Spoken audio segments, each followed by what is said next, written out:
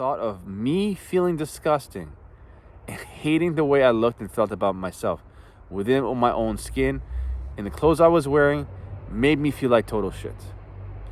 If I was in a room with a girl and I found her attractive and she was looking at me, all I was thinking about in that moment was, can she see all the disgusting parts of me? She can definitely see it. She can definitely see it. Let me turn away and look away. Oh my God, she definitely saw it. It's all in my fucking head. Those imaginary thoughts. And you best believe they know. They sense it. And I just told myself, I don't want to fucking live like that. Like, imagine that. Every time, wherever you go walking down the street, you just fucking hate yourself, the way you look, the way you feel. 24/7. So I made a conscious decision at a very young age. I don't care about my grades. I don't care about a fancy job title. Let me deal with this first. Because if I have to deal with this pain 24/7 around the clock, I will hate my fucking life. If you feel the exact same way, then you're one of the real ones. You're being honest with yourself. These are the kind of people I love to coach because we're real, we're honest. And I genuinely think most people on this planet have those thoughts to some degree. They just haven't confronted it or admit it. I know it, I can see it. I see my infantile, insecure self in many people. They don't think I see it. I see it. Because when you come out of it, you see yourself, the way you behave, the small little nuanced things that you do, the stiffness, the way you walk, the way you carry yourself. You see it. This is all the small little details. I just want to be able to walk in a room and I want to say all eyes are on me, but when they're on me, they like what they see. That's a good fucking feeling. So I put my head down, day in, day out. I dropped the drinking. At that point in my life, I wasn't smoking. I trained. It was lonely. My friend groups changed. For at least a year or two, I was basically a hermit. I used to wake up at 4 a.m. to meal prep just to get to work as a student. And bike to the gym. At that point, I became a personal trainer because I loved being a trainer at that point. I know how much it changed my life, and I was just like, fuck, man, how does not anybody want to do this for like this is the best thing ever. It's the best feeling ever. When I came out of that, I saw the light in the end of the tunnel. I'm just like, man.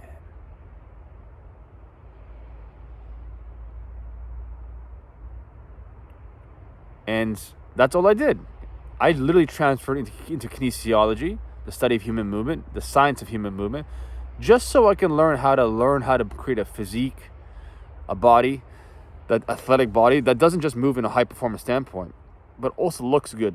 The full fucking package. Strong, lean, powerful, shredded, loose, calm, relaxed, powerful when need to be, quick when they need to be, just a full thing. Flexibility, mobility, stability, strength, endurance, power.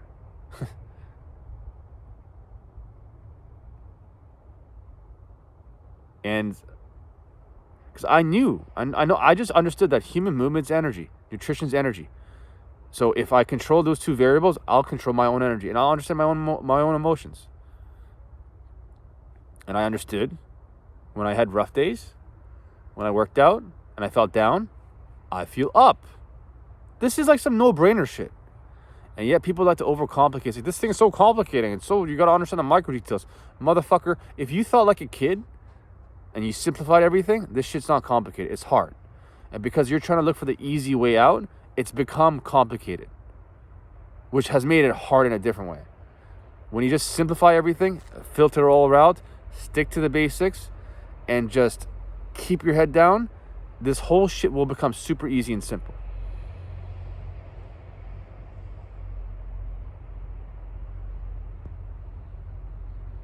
And then those thoughts and feelings of just like hatred of yourself will fucking dissipate.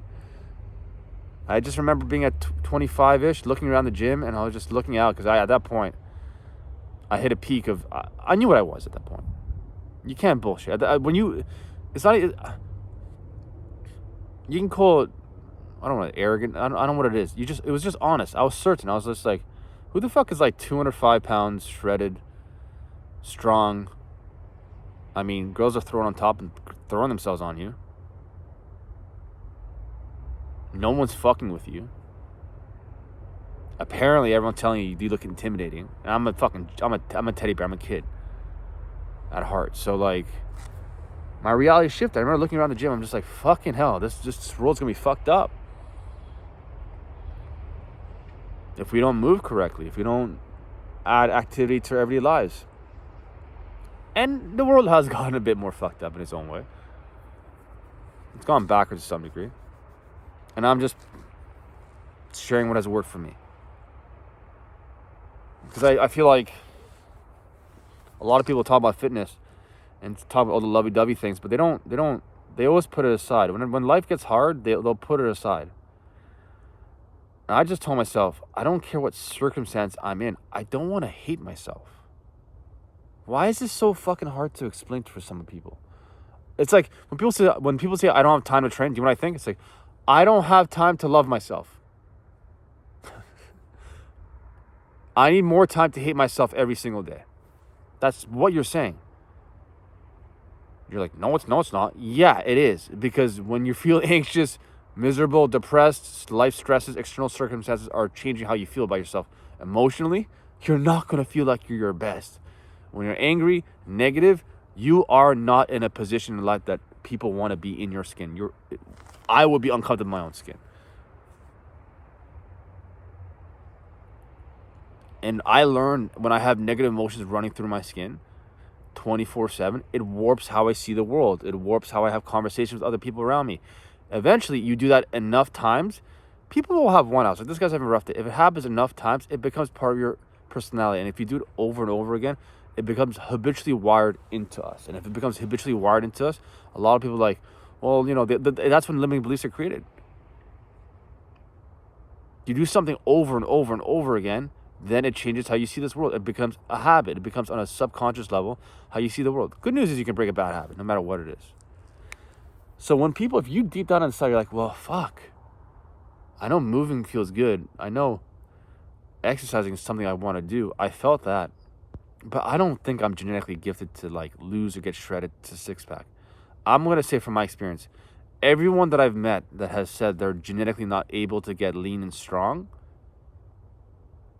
their parents have either really fucked up, like just really fucked up, or they just have a really flawed understanding of the basics, which has happened with how society is being programmed and how they believe in terms of how to operate. And my heart goes out for a lot of people, but there's so many people you can help. So when you follow a very simple blueprint with regards to nutrition, and yes, you can get lean and shredded with eating the foods you love, but you got to learn how much and what quantity, what quality, how much and when. Like, you'll learn how to eat McDonald's. People won't know how to do that. But the great news is, as you get stronger, leaner and leaner, you don't want to eat McDonald's every fucking day. You'll realize you don't feel any better. One-offs, yeah, sure, why not? Cool. It's not the end of the fucking world. If that's up to you, sure. And then that's the thing.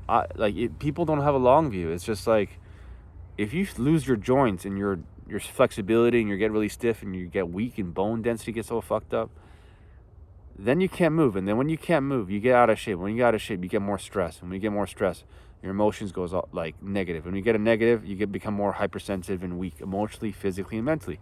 If you get more weak physically, emotionally, and mentally, then you best believe your spirit is going to be down. And if your spirit is down and you're fucked in all those different avenues, you will see the world in a different light completely. And then if you're a parent, you best believe your goals and dreams and aspirations are out the window. And then you got to pass that on to your kids, and they got to deal with their pains and insecurities. And that's one thing I'm just going to be super grateful for, is because I know for a fact the one thing as like a parent is every parent is worried their kids are not going to be financially set, which is fair. But how many people do you know that are uber successful has fucked their kids up with their finances? The majority said they wish they never get their kids anything. But the one thing almost guaranteed to make you, like, if you carry this, it's always going to pass on to a better situation for your kids, is if you're lean and strong. The odds, if you are lean and strong, that does not pass on to your kids, I've never seen it.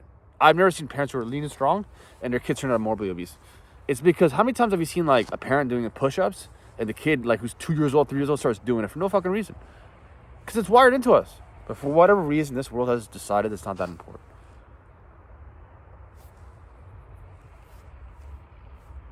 You got to think like that. If you're not motivated and you're struggling with your New Year's resolution, you got to like start reflecting. And if you keep losing the energy, there's something fundamentally off. If you can't stick to a very simple workout blueprint with simple exercises and a very simple nutrition plan, you probably need help. And that's okay. I need help too in a lot of avenues. I've gotten coaching so many times. I probably spent about $3,000 plus, over $3,000, probably $4,000 closer dollars on nutrition coaching when I was at my peak. I say, I want to know, what are the rich guys doing? What's these fancy nutrition things? I want to create a high performance package for my clients. I want to know what the rich people are doing. The wealth, health is wealth, but money doesn't mean anything to them. What are they doing? I met a guy who's the top tier nutrition guys on the planet, one of the top. He looked at me and laughed. He's like, I'm like, they do DNA test, blood work, and all that stuff. He laughed. He's like, macros. And I already knew that, but he's like, no, there must be some blood work. I want to add it to the package. They know these things. Is there anything like DNA test? What when they do blood tests, it tells them what to eat. He laughed. He's like, macros. People want to think there's some complicated shit. But you only do those blood tests and DNA tests and stuff like that when you fuck up the basics. When you do all those, you only do those fancy DNA and blood work stuff if you're exercising really well and you're sleeping really well and you're eating really correctly and you still feel off. Because there's probably a deficiency somewhere or something, and then you need to worry about it. But 99% of the people on this planet fuck that up. They're like, Sam, I am eating clean. I need to do blood work. Are you exercising? Are you getting stronger? Because last time we heard, World Health Organization stats, remember the World Health Organization said male testosterone has dropped about 1% every year since the 1950s and 1960s. Testosterone levels has dropped 1%. And that's just testosterone. So like normal is now abnormal. Some people are looking here, it's like, it's not normal. No, you're just fucking not. Like normal has become abnormal. That's a scary position to be in. So if you're looking around, you're like, well, no one really does this. They're putting a straight fucking face, which goes back to my initial point about self-image and self-hate. It's no fucking way. No fucking way. Because when I went back home to my parents' house, I started living at 30, restarting my whole life because I fucked my neck up and I couldn't exercise and train. I felt like death at 30. I remember climbing up those stairs and feeling my knees being brittle. And I'm like, man, is this what aging feels like? I'm 35. I just came back from the gym right now. I pushed a sled with over 600 pounds as an active recovery day. No equipment, nothing. No knee wraps, any of that shit. The body will adapt to any circumstance. If you decide to be weak and frail, that's your own fucking choice. And if you're convinced that like females want, I'm sure females want financial success and all those things, but you're still gonna be like, ta-da, here I am. I hate myself. Look at me naked. Wait, are you gonna sit on your BMW and let her fuck you? Like what? On your Rolls Royce or Range Rover? Like how superficial could you be? Eventually, enthusiasm, energy, how you carry yourself, if you carry strong energy, resonates. Girls will be like, I like his vibe. I like his energy. And yeah, you have all the other success stuff. That's great too. I just want to reflect on that. I know a lot of people struggle again. 2 weeks into New Year's and are still trying to wonder why they can't figure this shit out. I'm just speaking honest truth, so eventually I don't want people fucking feeling that way. I don't want them going through their day every single fucking day and be like, I hate the way I feel within my own skin. and don't get me wrong, I did this dial-up days, when if anyone knows what dial-up is. There was no internet websites for working out. Really? I think bodybuilding.com, maybe, if anything. I used that like years later down. My workout program was on a piece of paper that some guy wrote in the back of the class. He gave it to me. He's like, go in the gym, ask people for help. Ask people for help. And I'm a shy, super insecure kid.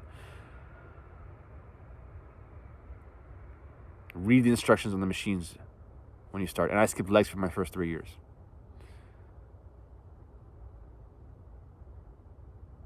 I started training twice a week, 3 times a week. Exams came twice a week. Then eventually, once I realized I fucking love this feeling every single day. My day is better. It was as simple as this. Ready? My day is better when I train. When I don't train, my day is less better. So to make my day feel better every single day, I'm going to train. Why is this so hard to understand? Like, what? This is some like 101 shit.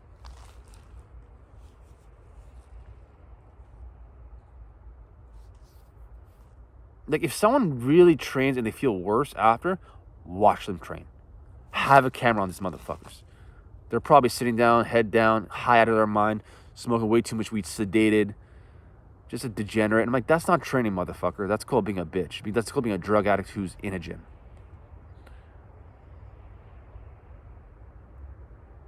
And if you're trying to get off the drugs and alcohol, whatever is drugs, because I did marijuana at one point in the gym, later, years down the road, and I fucking regret it. You gotta get that shit out of your system. For the first 3 days, it's gonna be a bit groggy. Like anyone that's like a morbidly obese person training, we eat a lot of junk food and smoking. You got a lot of clog and shit in your system. So when you start getting the blood flowing, it's gonna fuck with your brain a bit. You're gonna have a lot of disgusting thoughts, intrusive thoughts, negative self-talk. And if you worry people are judging you, people already judge you walking down the fucking street. You think they're judging you for taking action? It's the exact opposite. If I saw a guy who's in a gym, who's out of shape, on the treadmill, head down, walking, but putting the effort, but I knew he's like insecure and kind of hates himself, I like seeing that. I like seeing him go through that and get out of it on top and be positive. When I see a guy at home, out of shape, who says, I don't have time to train, I think he's a pussy. 100%. So if you're worried that people are judging you when you go into a gym, it's actually the exact opposite. People are judging you because you're not training. They're just not saying it to your fucking face. They already think you're a fucking loser.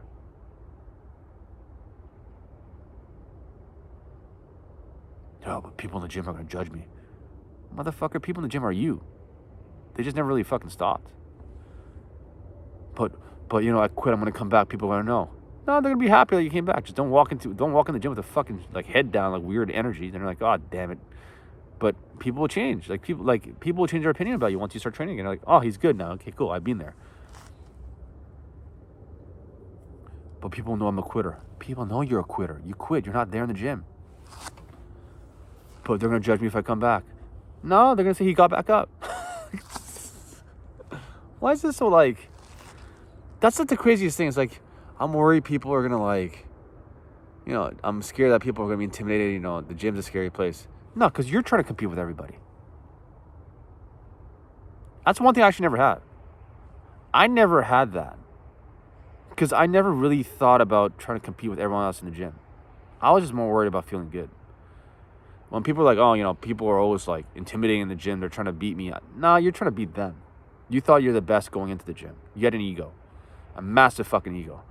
And the minute you walked into a gym, you're going to be exposed. Because you know deep down inside, you just fucking suck. That's the hard fucking truth. You don't want to go into a gym because you're nervous that people will see right through you, your false identity of yourself, that you actually think you're bigger than you are. I'm a director. I can definitely do this. I'm so good. This and that. I'm a CEO. I'm a fucking this and that. I'm a top sales guy. No, you're a fucking fat, out of shape piece of shit. And that's what you think about yourself. And you know, when you go into the gym, you have this idea of you, which is a great identity, but you got to come down a bit. Stop trying to think that you're like fucking up here. Just say, I'm going to go to the gym, be curious. I know where I'm at. I suck. And there's nothing wrong with that. That's actually a good thing. Because kids, they don't really think they're up here. Kids are just like, oh yeah. And that's the right mentality you have. It's like kids know they fucking suck. They don't even know they fucking suck. They just go through it, which is the best fucking thing, the best mentality to have. When a kid draws on a piece of paper and they go up to mom, mom, the house I have. And it's like this shitty ass house that's kind of basically a triangle, it should be a square. Windows are like fucking, it's not even a square. Like windows are like weird. The head is like a triangle, the stomach's like an octagon at a weird angle. The smile's like this, and the hands are like this. And the coloring is like off, and the son has like a weird smile. And mom's like, oh my God, I'm gonna put this on the fridge. It's a fucking horrible painting. It fucking sucks. The worst fucking thing that anybody's seen. But what's so good about it? Why does the mom put it on the wall? Because the kid put the effort and had a lot of enthusiasm doing it. It's the same mentality. Do you see how this works? If you approach training with a curious, childlike mentality going in, and you just focus on improving for that day, you're golden. And it happens. We think we want a 10 out of 10, but we perform as a 4. And you're like, fuck, I fucked that up. I fucked by 6. Now you're 4 steps ahead. And this is why sometimes people need coaching. I'm a true believer that most people know how to use the equipment nowadays. They know how to follow a simple blueprint based off the foods they like to eat. But they need someone to constantly reassure them based off their own self-talk, not to talk themselves out of it, and filter out all the bullshit and keep things simple. And I know people in society is going to try to talk them out of it and like steer them away, which happens. That's why most people can stick to a blueprint for 30 days, 60 days, and life happens. And they don't know how to approach training when life gets stressful and hard. Because they listen to most people around them who are inconsistent. And they say it with so much confidence, and they slip. And then when they slip, they're like, see, we told you he can't train all the time. And they're like, but you told me I need a rest day. And you just realize, oh, this motherfucker looks like he's been resting all the time.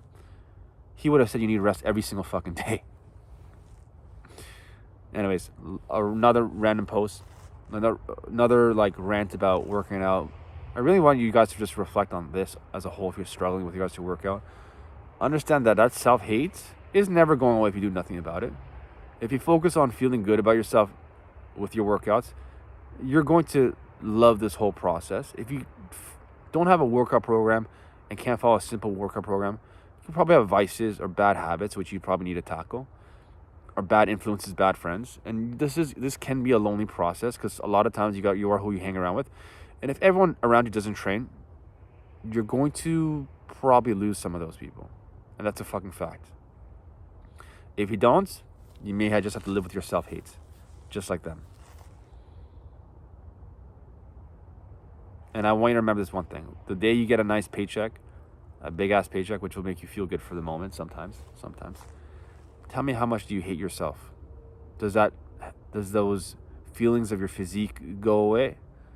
Or do you still feel like that piece of shit that you were when you started, just with a bit more money?